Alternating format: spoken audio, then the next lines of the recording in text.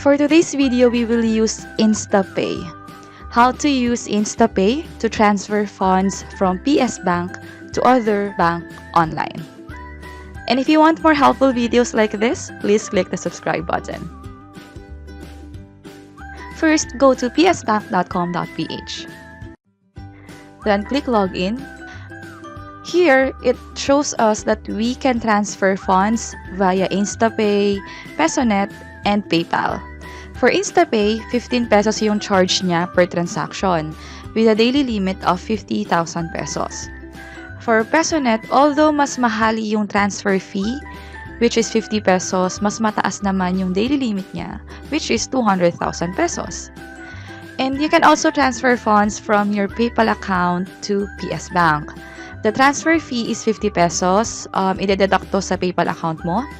Pero kung mag-transfer ka ng more than 7,000 pesos, free na yung transfer fee. Ibig sabihin, wala ka nang mabayaran.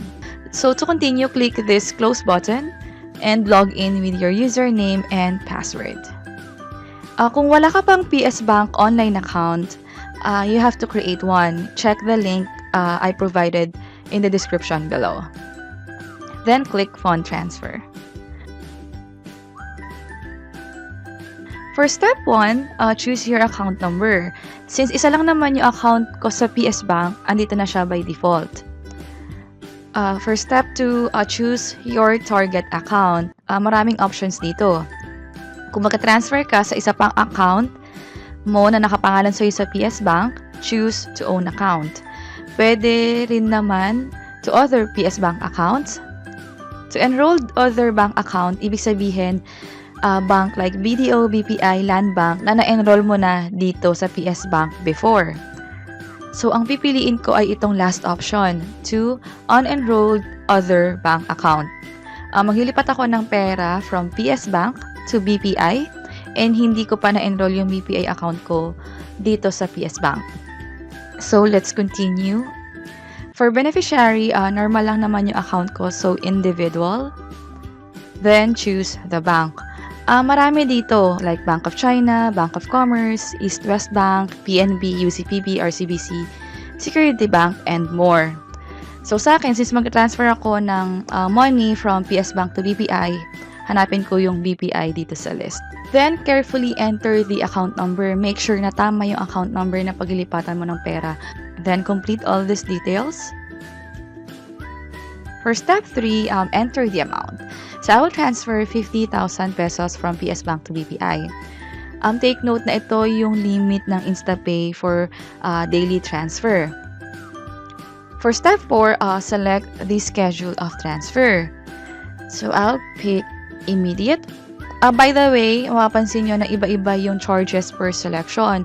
Iba yung sa within one banking day as well as sa for future fund transfer. So, I'll click continue. Since na-maximize ko yung daily limit sa pag-transfer, it is their protocol to send a code sa phone number ko for security purposes. So, I'll click this OK.